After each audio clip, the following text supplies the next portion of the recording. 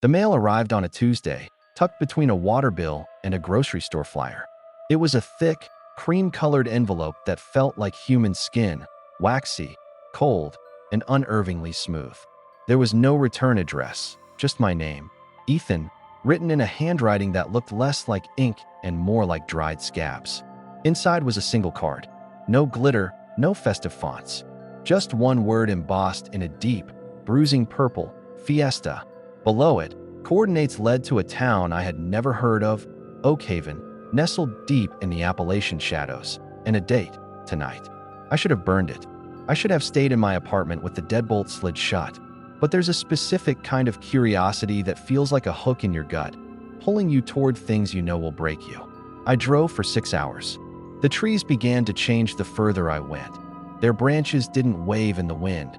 They clawed at the gray sky like the fingers of a buried man.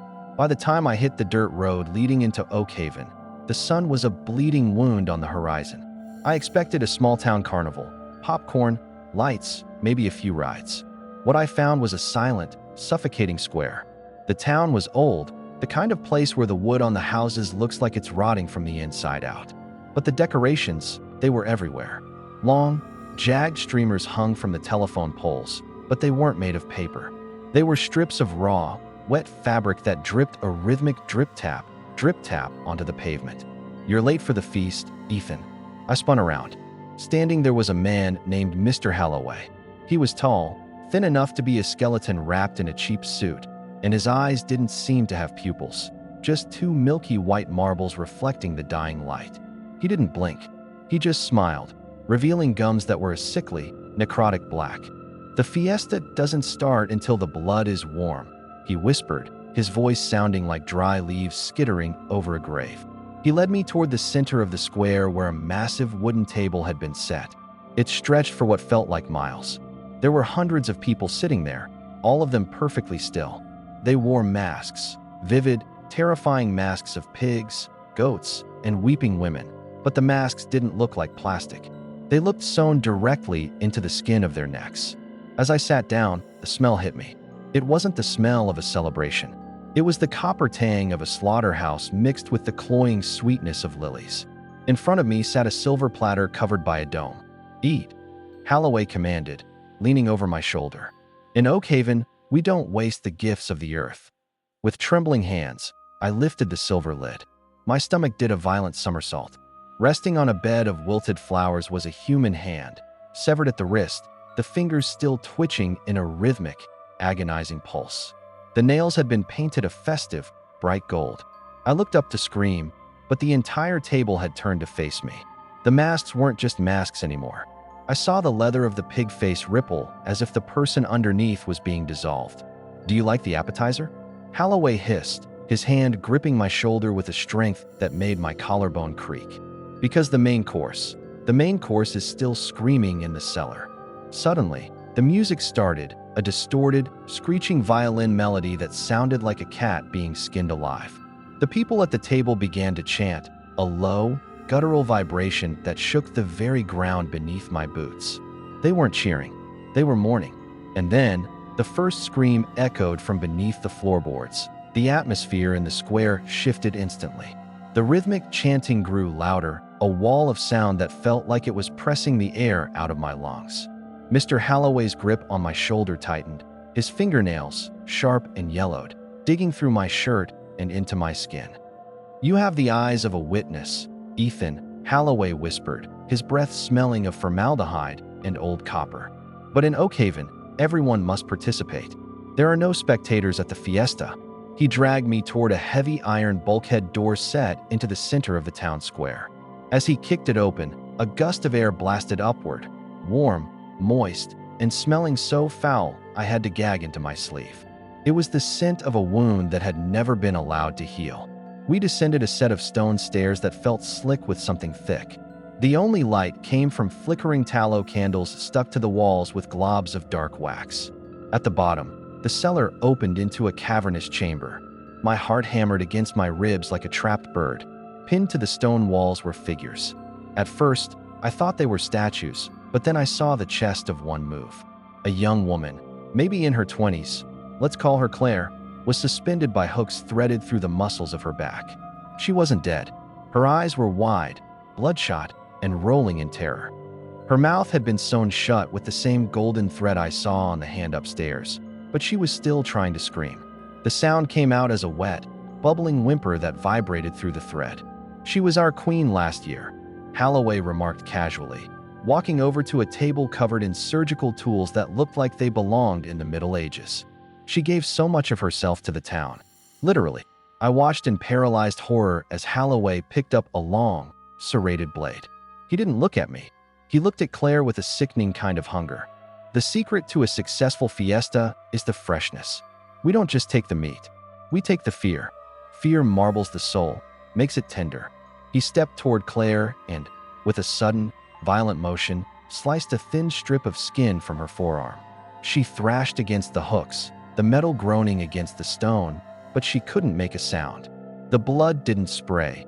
It oozed, thick and dark, dripping into a wooden bucket placed specifically to catch every drop. "Look at the colors, Ethan." Holloway laughed, his voice cracking with a manic edge. "The red of the blood, the white of the bone, the gold of the thread. Isn't it festive?" I tried to turn back toward the stairs, but two men in those horrific, skin-sewn pig masks blocked the way. They didn't speak. They just held heavy, blood-stained meat cleavers, their breathing heavy and wet behind the leather snouts. Holloway turned back to me, the bloody blade still in his hand. "You see, Ethan, Oakhaven was dying. The soil was dry, the cattle were barren. But then we learned the old ways. The ways of the fiesta. We give the earth what it craves, suffering, and in return, it keeps us hidden. It keeps us fed." He walked toward me, the candlelight casting a shadow behind him that looked like a jagged monster with 1,000 limbs.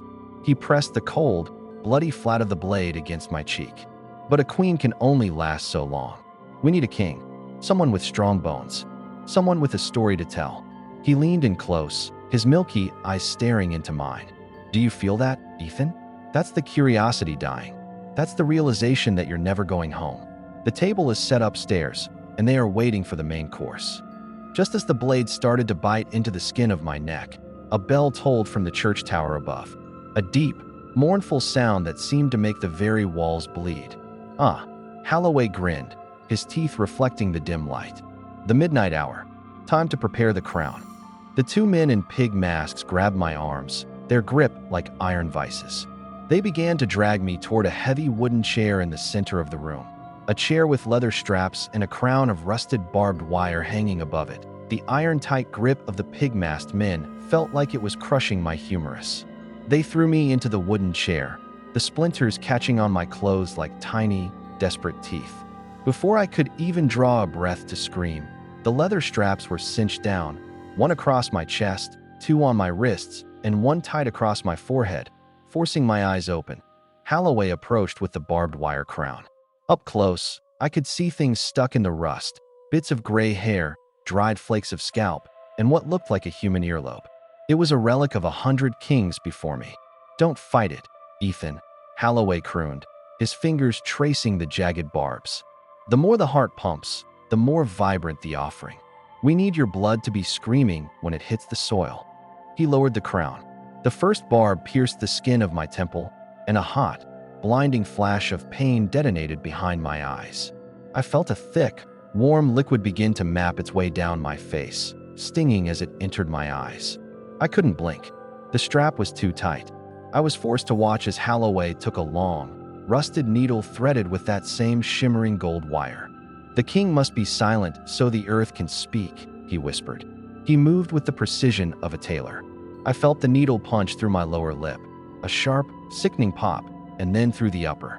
He was sewing my mouth shut, just like Claire's. The agony was transcendental. Every stitch felt like a hot coal being dragged through my nerves. I tried to howl, but the sound was trapped in my throat, a wet, gargling vibration that sprayed a mist of blood onto Holloway's pale face. He wiped it away with his thumb and tasted it, his eyes rolling back in ecstasy. Exquisite, a vintage of pure, unadulterated regret. With my mouth sealed, the men in masks unbolted the chair from the floor. It had wheels. They began to push me toward a dark tunnel at the back of the cellar. As we moved, The flickering candlelight revealed the walls were lined with jars. Inside were things that shouldn't be kept in glass, severed tongues that still twitched, eyes that followed my movement, and jars of what looked like rendered human fat, labeled with names and dates. We emerged into a different part of the square, hidden by a circle of tall, rotted hay bales. The Fiesta guests were there, standing in a circle, their masks gleaming under the moonlight. In the center was a pit. It wasn't a hole, it was a mouth in the earth, lined with jagged rocks that looked like teeth. "The earth is hungry, Ethan," Holloway announced to the silent crowd, "and the king has arrived to feed the roots." The crowd erupted, not into cheers, but into a rhythmic slapping of their hands against their thighs, a sound like 1,000 wet towels hitting a stone floor. One of the pig-masked men stepped forward with a heavy mallet. He didn't look at my face. He looked at my knees. "We can't have the king running away during the ceremony," Holloway said with a thin, cruel smile. The mallet swung. I felt the shatter before I heard it. My kneecap disintegrated into 1,000 white-hot shards of agony. I tried to scream, but the gold thread held my lips together, the tension tearing at the holes in my skin. I slumped in the chair, my vision fading into gray, the copper smell of my own blood filling my nostrils. "Keep him awake," Holloway barked. "He has to see the transition." They poured a bucket of salt water over my mangled legs. The pain was so sharp it jolted me back into a jagged, horrific consciousness. That's when I saw it, moving within the pit. Huge, pale roots, like the translucent legs of a subterranean insect, began to reach upward, sensing the heat of my blood. The vibrations from the ground were no longer just a sound. They were a physical pulse, a heartbeat that matched the agonizing throb in my shattered knees. The pale roots in the pit began to writhe, twisting around each other like a nest of starving snakes. Holloway leaned over me, his face inches from mine. I could see the pores in his skin. They weren't pores, they were tiny, microscopic punctures. "Do you see them, Ethan? The roots of Oakhaven. They don't want water. They want the stories written in your veins." One of the translucent roots lashed out. Its tip split into a jagged, wet orifice. It latched onto my mangled knee, and the sensation wasn't just pain, it was a vacuum. I felt the marrow being sucked out of my bone, a hollow, freezing ache that made my entire body convulse against the leather straps. The crowd began to move. They didn't walk, they shuffled in a synchronized, limping dance, their masks twitching as if the dead skin was trying to regain life. They started to chant a name over and over. "Malachi, Malachi, Malachi." "Who is Malachi?" Holloway whispered, answering my unspoken thought. "Malachi is the hunger beneath the soil. He is the one who took the first king 200 years ago. And tonight, he takes the finest part of you." He reached into a wooden crate and pulled out a rusted branding iron. The tip wasn't a symbol, it was a cluster of jagged needles. He held it over a brazier of green, foul-smelling coals until the metal glowed a sickly, bruised orange. "The mark of the Fiesta," Holloway hissed. He slammed the iron into my chest. The smell of my own burning flesh filled the air, a heavy, greasy stench that made my vision swim. I watched, trapped in a silent scream, as the gold thread in my lips began to smoke from the heat. My heart was hammering so hard I thought it would burst through the ribs he was currently searing. If you think this is the end of Ethan's nightmare, you're wrong. Stay tuned, because what happens in the next 5 minutes will change the way you look at a celebration forever. As the iron pulled away, taking strips of my charred skin with it, the crowd stopped their chanting. Silence fell over Oakhaven, a silence so deep you could hear the blood dripping from my chair onto the thirsty ground. Then, the ground began to bulge. The pit widened, the teeth rocks grinding against each other with a sound like a car crash. Something was coming up, not a root, a head. It was massive, hairless, and covered in a thick, black bile. It had no eyes, only a vertical slit that ran from its forehead to its throat. "The great guest has arrived," Holloway screamed, falling to his knees. The creature's slit opened, revealing rows of human teeth, hundreds of them, mismatched and yellowed, stolen from previous kings. It leaned toward me, the black bile dripping onto my boots, and I realized with a jolt of pure, icy terror that it wasn't just a monster. Underneath the bile, I recognized a birthmark on its neck. It was the same birthmark my father had. The creature leaned in, and instead of a roar, it emitted a sound that broke my mind. It was my father's voice, distorted and wet, whispering a lullaby I hadn't heard since I was 5 years old. "Sleep now, Ethan," the voice bubbled. "The feast is just beginning." Holloway grabbed a handful of the black bile and began to smear it over my sewed lips. "Don't fight the transformation, Ethan. By dawn, you won't need a mouth to scream. You'll have 1,000. The black bile felt like liquid lead, heavy and suffocating as it seeped into the pores of my face. It didn't just sit on the skin, it moved. I could feel microscopic tendrils wiggling through the needle holes in my lips, sliding past the gold thread to coat my teeth and tongue. The creature, the thing with my father's voice, pressed its hairless forehead against mine. The vertical slit in its face twitched, and I could see the wet, pulsating organs inside. I wanted to vomit, but with my mouth sewn shut, the bile and the sickness just backed up into my throat, threatening to drown me in my own terror. "Look at him," Holloway shouted, his voice reaching a fever pitch. "The king is shedding his humanity. The Fiesta has accepted the graft." Across the square, I saw the other guests begin to do something unthinkable. They reached behind their heads and unzipped the skin masks. But there was no flesh underneath. Under the masks were hollow cavities filled with the same writhing, translucent roots I had seen in the pit. They weren't people anymore. They were just husks, biological puppets being operated by the hunger beneath Oakhaven. One woman, dressed in a Sunday floral dress, walked toward me. As she moved, her arm snapped at the elbow, and a jagged, wooden spike burst through her skin. She didn't flinch. She used the spike to carve a symbol into the wooden armrest of my chair. "We are the many," she whispered, her voice a chorus of a dozen different souls. "And soon, you will be the eye that watches for the next feast." The pain in my shattered knees began to change. It wasn't the sharp sting of broken bone anymore. It was the sensation of growth. I looked down and saw my own veins turning a luminous, sickly green. They were bulging, stretching my skin until it was translucent. Underneath the surface, my muscle fibers were being replaced by thick, fibrous vines. Holloway grabbed a pair of rusted shears. "The transition requires a sacrifice of the old self, Ethan. To see the truth, you must lose the sight that lies to you." He stepped closer, the blades of the shears reflecting the green glow of my dying limbs. I tried to thrash, but my body wasn't responding to my brain anymore. My legs were rooting into the wooden chair, the vines weaving through the slats and deep into the soil below. I was becoming a permanent fixture of the square. "No, stop." I tried to push the words through the gold thread. It came out as a wet, metallic whistle. Holloway didn't hesitate. He jammed the shears toward my right eye, but he didn't cut the eye out. He sliced the eyelid off, then the other, pinning them back with the same golden needles. "Now," he hissed, his face a mask of sadistic joy. "You will never blink again. You will watch Oakhaven grow. You will watch as we bring your brothers here. I believe you mentioned they were tall. They will make excellent pillars for the new cathedral." My heart froze. My brothers. How did he know? I hadn't said a word. But then I remembered the invitation.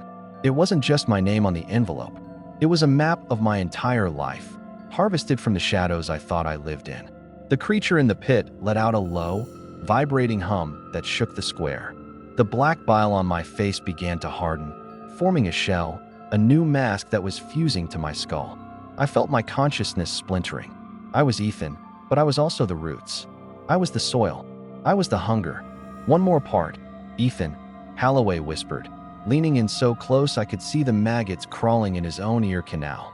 The finale, the moment where the king gives his heart to the queen. He turned toward the iron bulkhead. From the darkness of the cellar, Claire emerged. But she wasn't walking. She was being carried by a swarm of the pig-masked things. Her body had been hollowed out, her ribcage cracked open like a set of wings, and inside her chest cavity, a single, pulsating black flower was blooming. The air in the square turned ice-cold as the queen was brought before me. The scent was no longer just rot. It was the smell of ancient, damp earth that hadn't seen the sun in 1,000 years. My mind was screaming, but my body was no longer mine. It belonged to Oakhaven. Claire's eyes met mine one last time. Behind the gold thread and the terror, there was a silent plea for death.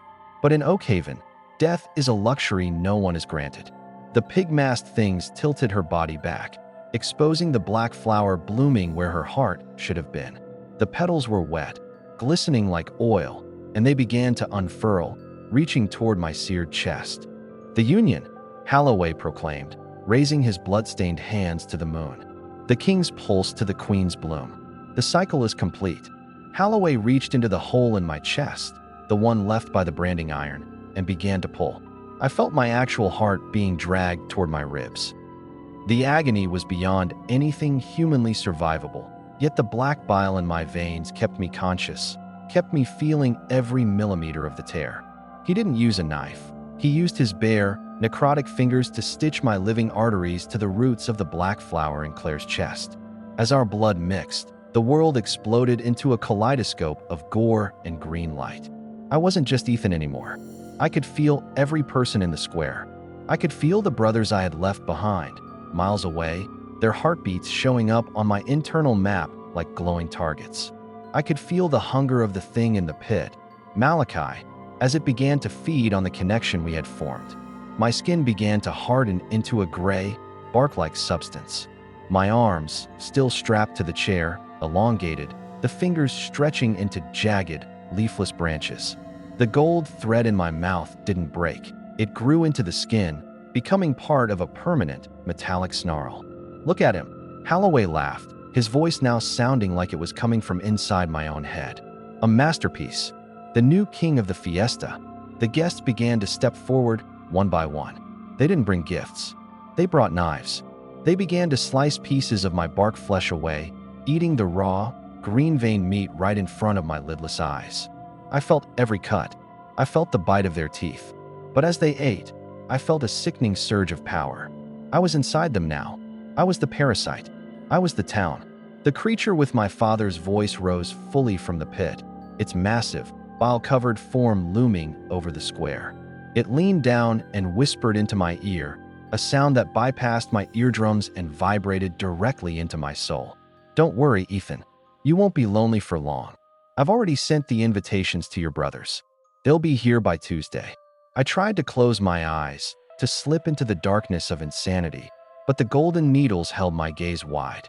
I am forced to watch the entrance to the town. I am forced to wait for the next car to turn down that dirt road. The fiesta never ends. It just waits for new guests. And as you read this, as you imagine the smell of the copper and the sting of the gold thread, ask yourself, did you hear a knock on your door just now? Was it the mailman? Or was it an envelope that feels like human skin? Because Oakhaven is hungry, and we've already written your name in the guest book. If this story chilled your blood and made your skin crawl, hit that subscribe button and ring the bell. Don't leave the king waiting. He's watching you right now.